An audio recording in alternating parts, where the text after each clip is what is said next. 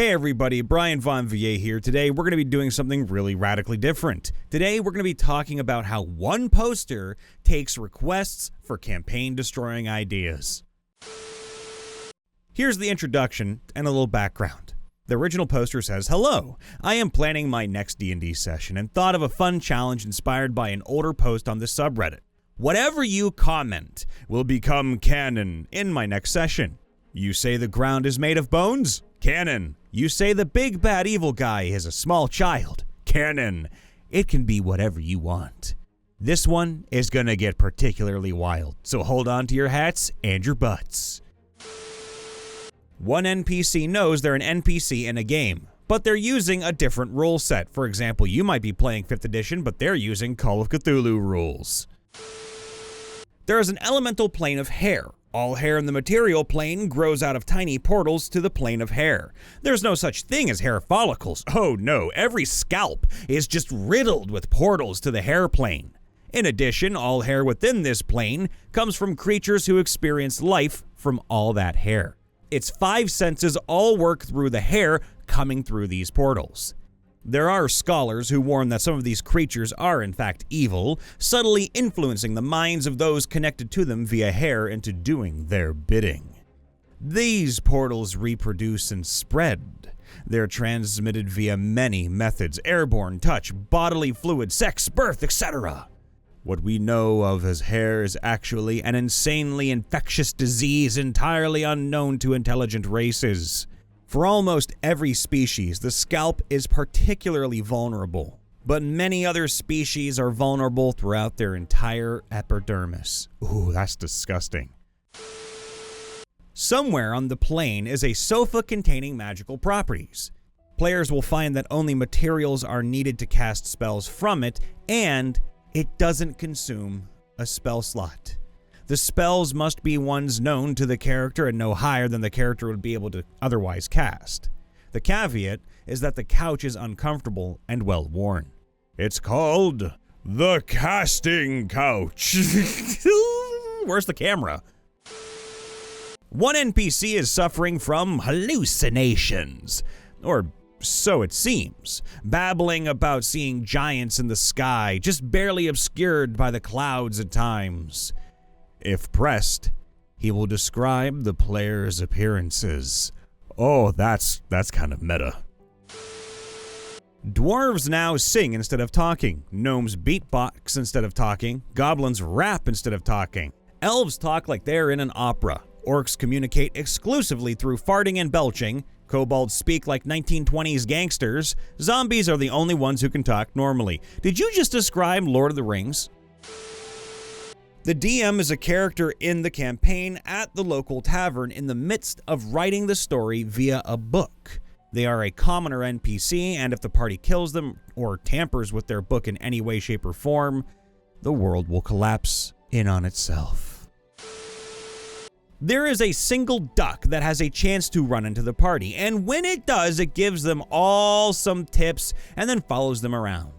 Well, it can't attack or do anything, but it's invincible to everything and can't die or be banished. If something strong enough that should hit him does, he vanishes in a cloud of feathers and reappears at the nearest safe location, unharmed. This is an instantaneous reaction. Also, for some reason, the duck is speedy enough to have 20 AC. It's really just there for the players to enjoy. Puddles! Is that you? All hail Puddles! Everyone in this world is left-handed, and players must throw the dice with their left hand. If they throw with their right hand, they must subtract their bonuses instead of adding them. That's just cruel.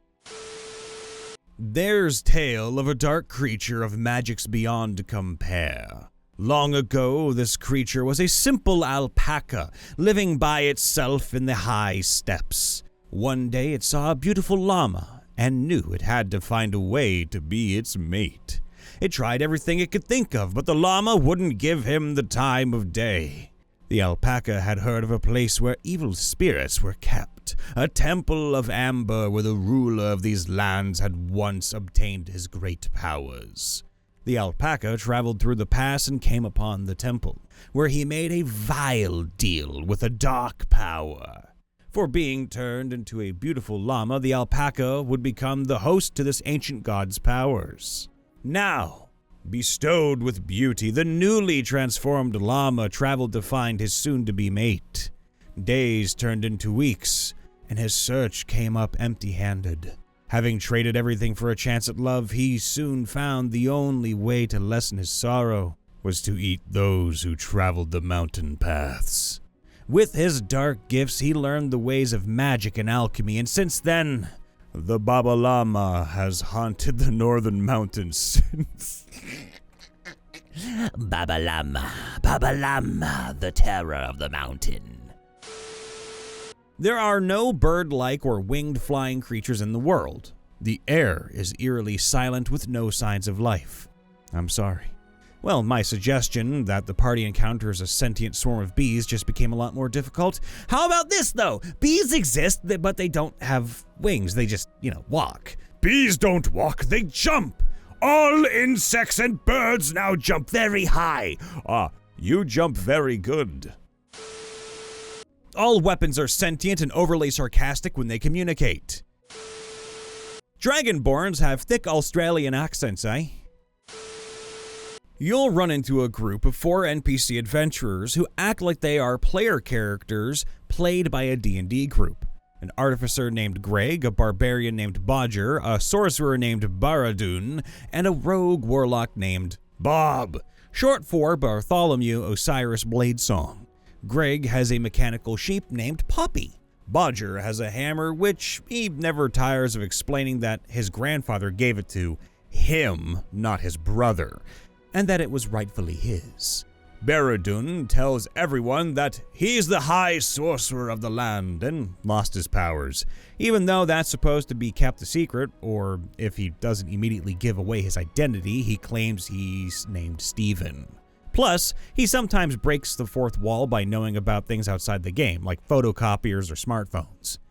Now, Bob has bad luck with his dice rolls, which are often 5 or worse, and he gets a significant amount of natural ones. Plus, he likes to explode things from the inside out. Thank you, Bob. There's now a secondary big bad evil guy. She's a druid who's fallen from her circle. Now, instead of being a defender of the leaf, she's using her knowledge of herbology to destroy civilization. In the background of your campaign, slip in little bits of lore that a certain crop has failed. The wizards may be discussing the increase in cost of certain reagents. The dwarves are struggling to get their root vegetables to grow. A farmer may send them on a side quest because his fields have been desecrated. If this is allowed to go on for long enough, nothing can be grown except for corn. What is this, Ohio? There's dust storms and food shortages. It's so bad that some secret organizations have started exploring the concept of spell jamming. Yeah, welcome to Ohio. All you can grow, corn. Any gambling takes place with a dangerous card game. As few as the mysterious dealer and one willing participant can play. The dealer will ask the participant how many cards they would like to be dealt. The dealer will then deal 1 card at a time from a deck of many things and an alternate dealing themselves the same number of cards. The goal is to outlive the dealer, but none ever have. Good luck! No one is lactose intolerant. This is because no creatures produce milk and lactose doesn't exist. Orange dragons. Exact same stats as black dragons, but their breath weapon is melted cheese. Between charges, they can attack using cheese breath, stinking cloud. Necromancy is legal, but only on Sundays. And you can legally raise anyone so long as they've been dead for 3 days beforehand. When a creature falls prone, or any object falls more than 5 feet, roll a d6. On a 6, it explodes like cars in the movies. A god of war, worshipped by soldiers, was beseeched by the families of the soldiers because their bloodshed was despoiling their fertile homelands. The war god blesses the land to remain fertile only by tilling the soil with the blood of men. The whole world and campaign, literally everything is fake and part of an elaborate plot to find the next party for the real world campaign created by a cabal of ancient wizards. It's like the Truman Show, and the party isn't the only one. Secretly, they are in competition with each other and may even interact with each other once the players suspect they're in a show. Well, DM, in case I don't see ya, good afternoon, good evening, and good night. Whatever the party's mission was said to be is a lie. The quest was really to find the hidden sweet roll. Liches are misunderstood priests who wish to end world hunger by taking away the need to feed. That sounds bad.